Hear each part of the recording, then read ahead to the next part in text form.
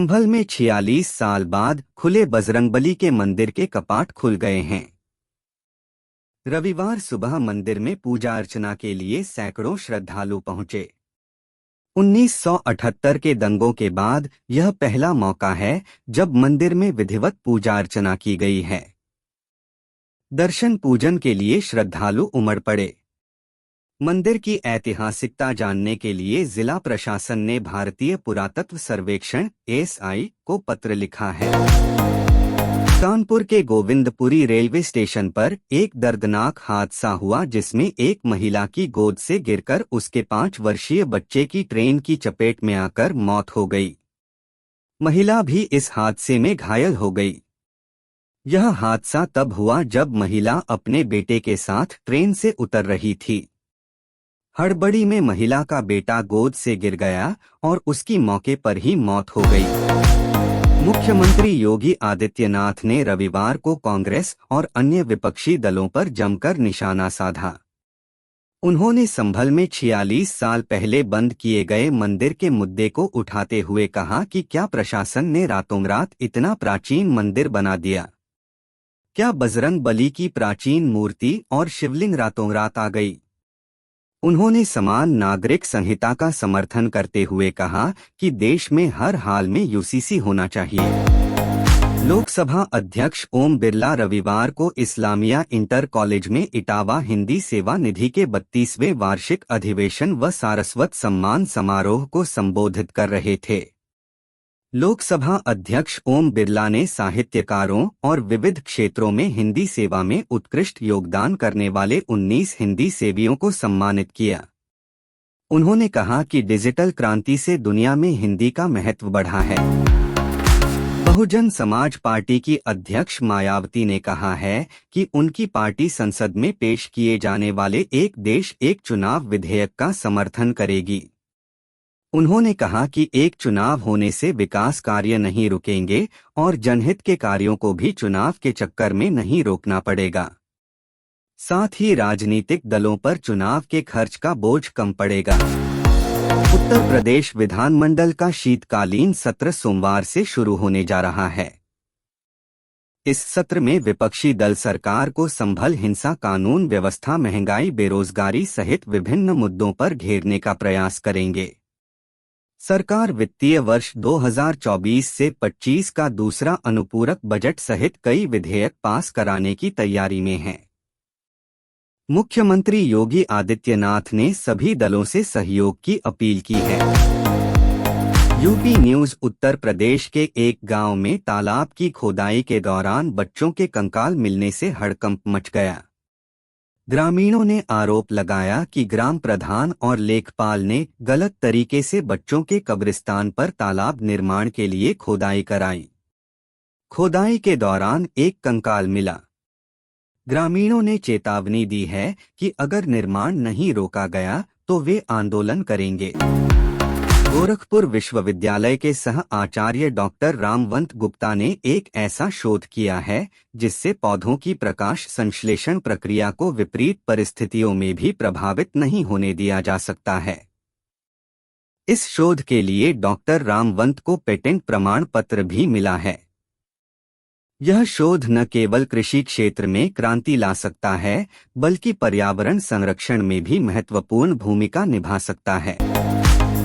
अयोध्या में एक संदिग्ध महिला को पुलिस ने गिरफ्तार किया है जो खुद को केंद्र सरकार की कर्मचारी बताती थी। महिला का नाम संविति मिश्रा है और वह दिल्ली की निवासी है। वह रामनगरी में एक होटल में ठहरी हुई थी जहां पुलिस ने उसे गिरफ्तार किया। पुलिस के अनुसार महिला के पास से केंद्र सरकार के विभिन्न मंत्रालय के अधिकारियों का विजिटिंग कार्ड मिला है। Atul Subhash suicide case. अतुल सुभाष आत्महत्या मामले में तीनों आरोपितों की गिरफ्तारी के बाद भी पिता पवन मोदी अपने पोते की सुरक्षा को लेकर चिंतित हैं। उन्होंने प्रधानमंत्री और राष्ट्रपति से अपील की है कि उनके पोते को उन्हें सौंपा जाए। उनका कहना है कि आरोपितों ने जो अपराध किया है वह हत्या से भी बड़ा है। आम आदमी पार्टी (आप) दिल्ली में महिला अदालत लगाने जा रही है। बिगड़ती कानून व्यवस्था को लेकर यह अदालत सोमवार को लगेगी।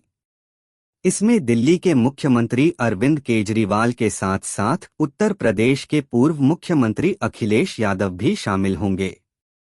पार्टी ने महिला सुरक्षा के मद्देनजर इसके आयोजन का फैसला लिया है।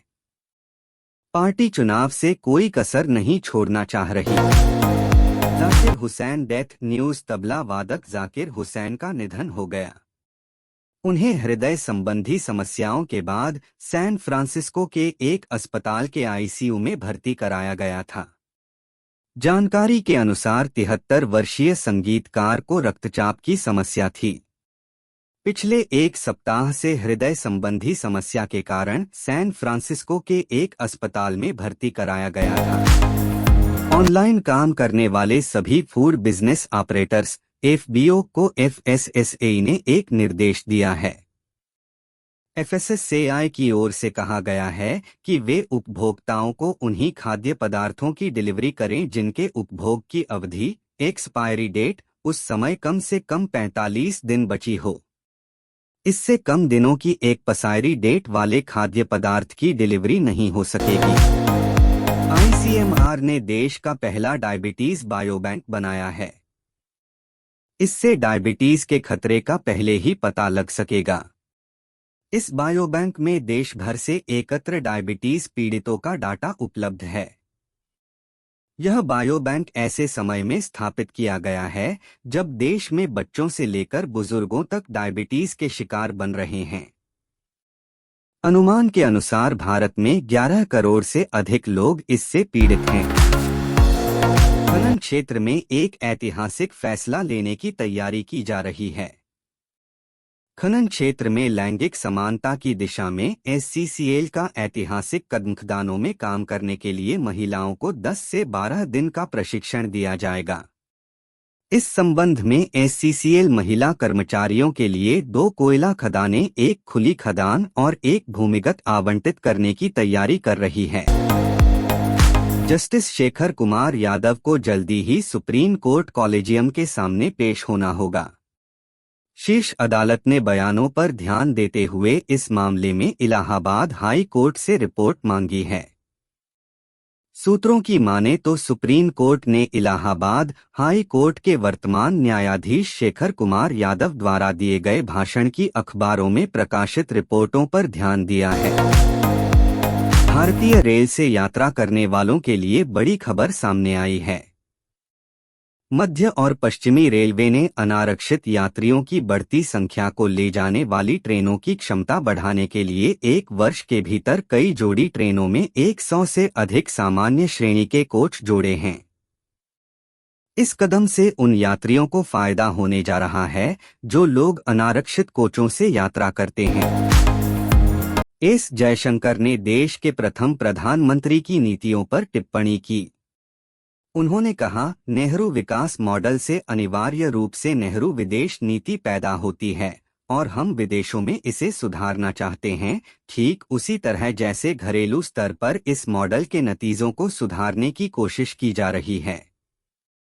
जयशंकर ने कहा, 2014 के बाद से पाठ्यक्रम में सुधार की दिशा में काम हो रहा है। कर्नाटक के उपमुख्यमंत्री डीके शिवकुमार ने कहा कि प्रधानमंत्री नरेंद्र मोदी संविधान की तरफ से दी गई स्वतंत्रता के कारण पद संभाल सकते हैं। उन्होंने कहा कि यह कांग्रेस पार्टी की वजह से है कि पीएम मोदी के पास सारे अधिकार हैं। कर्नाटक के डिप्टी सीएम ने कहा, अगर संविधान नहीं होता तो वह पीएम मोदी इस देश के प्रधानमंत्री नहीं बन पाते। सीएम ने कहा कि पूर्व वित्त मंत्री पी चिदंबरम 2007 में यूपी आए थे। उन्होंने अपनी पुस्तक an outside view why good economics work for everyone के लोकार्पण में कहा था कि भारत कभी भी धनी देश नहीं रहा। देश में सदा गरीबी थी और आज भी है। भारत में घी दूध की नदियां और उसके सोने की चिड़िया होने के मिथक पर आधारित पुस्तकों को जला देने की आवश्यकता है। जाकिर हुसैन डाइड। भारतीय संगीत के सरताज पद्म विभूषण तबला वादक जाकिर हुसैन को लेकर बुरी खबर सामने आ रही है। 73 साल के जाकिर ने दुनिया को अलविदा कह दिया है। थोड़ी देर पहले ये खबर सामने आई थी कि उनकी तबीयत बिगड़ गई और वह अमेरिका के एक हॉस्पिटल में एडमिट हैं। लेकिन अब सूचना मिल रही है कि जाकिर हुसैन का निधन हो गया है।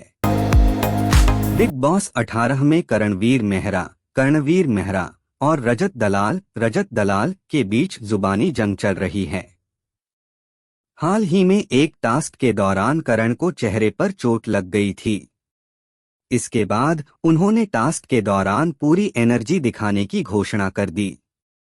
अब उन्होंने सलमान खान के सामने रजत दलाल को चुनौती दे दी है।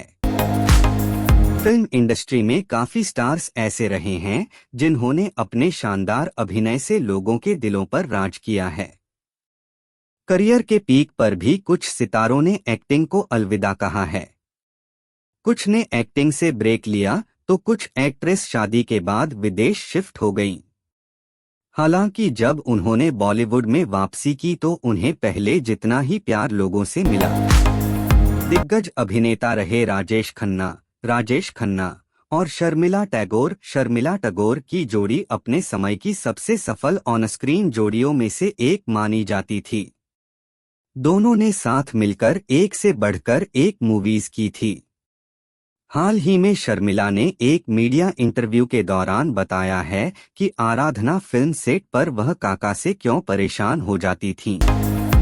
राज कपूर के लिए आयोजित किए गए फिल्म फेस्टिवल में पूरे कपूर परिवार ने शिरकत की। रणबीर कपूर का लुक भी इवेंट से चर्चा में आया। अब सोशल मीडिया पर सैफ अली खान और रणबीर का एक वीडियो वायरल हो रहा है। वीडियो क्लिप में देखने को मिल रहा है कि दोनों के बीच किसी बात को लेकर बहस हो रही है। विवेक ओबेरॉय और ऐश्वर्या राय एक समय रोमांटिक रिलेशन में थे। सलमान खान ने इन दोनों के रिश्ते को तोड़ने की कोशिश की थी। इसके बाद से एक्टर का करियर बॉलीवुड में खत्म हो गया। लोगों ने उन्हें बॉयकॉट करना शुरू कर दिया। फाइनली अब एक्टर ने अपने रिश्तों को लेकर खुलकर बात की और बताया कि उन्होंने कितना स्ट्रगल किया। स्मैट 2024 फाइनल सैयद मुश्ताक अली ट्रॉफी 2024 के फाइनल में मुंबई ने मध्य प्रदेश को 5 विकेट से हराया।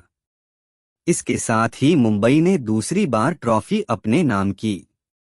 इससे पहले मुंबई 2022 में चैंपियन बनी थी। दूसरी ओर मध्य प्रदेश पहली बार ट्रॉफी जीतने से चूक गई। सूर्याश शेरगे को तूफानी पारी के लिए प्लेयर ऑफ द मैच चुना गया। स्मैट 2024 फाइनल सूर्यकुमार यादव अजिंक्य रहाणे के बाद सूर्याश शेरगे की अहम पारियों की बदौलत सैयद मुश्ताक अली ट्रॉफी 2024 के फाइनल में मुंबई ने मध्य प्रदेश को 5 विकेट से मात दी। इसके साथ ही मध्य प्रदेश का पहली बार ट्रॉफी जीतने का सपना चूर हो गया है। इससे पहले 2010 से 11 में मध्य प्रदेश टीम फाइनल में पहुंची थी, लेकिन बंगाल ने उनका विजयी रथ रोक दिया था। सैयद मुश्ताक अली ट्रॉफी 2024 के फाइनल मैच में मध्य प्रदेश के कप्तान रजत पाटीदार ने तूफानी पारी खेली। रजत पाटीदार ने 40 गेंद का सामना करते हुए नाबाद 81 रन बनाए। सेमीफाइनल में भी टीम के लिए अर्धशतकीय पारी खेली थी। मुंबई के खिलाफ मध्य प्रदेश ने पहले बल्लेबाजी करते हुए 8 विकेट के नुकसान पर 174 रन बनाए। इसमें सर्वाधिक रन पाटीदार का ही रहा। विमेंस प्रीमियर लीग के तीसरे सीजन से पहले रविवार को बेंगलुरु में हुआ मिनी ऑक्शन हुआ। करीब 230 घंटे चला यह ऑक्शन अब समाप्त हो गया है। नीलामी में 5 फ्रेंचाइजी ने कुल 19 प्लेयर खरीदे और 9 करोड़ 5 लाख रुपए खर्च किए। गुजरात टाइटंस ने सबसे ज्यादा 4 करोड़ रुपए की खरीदारी की। सभी फ्रेंचाइजी में अब 18 से 18 प्लेयर हो गए हैं।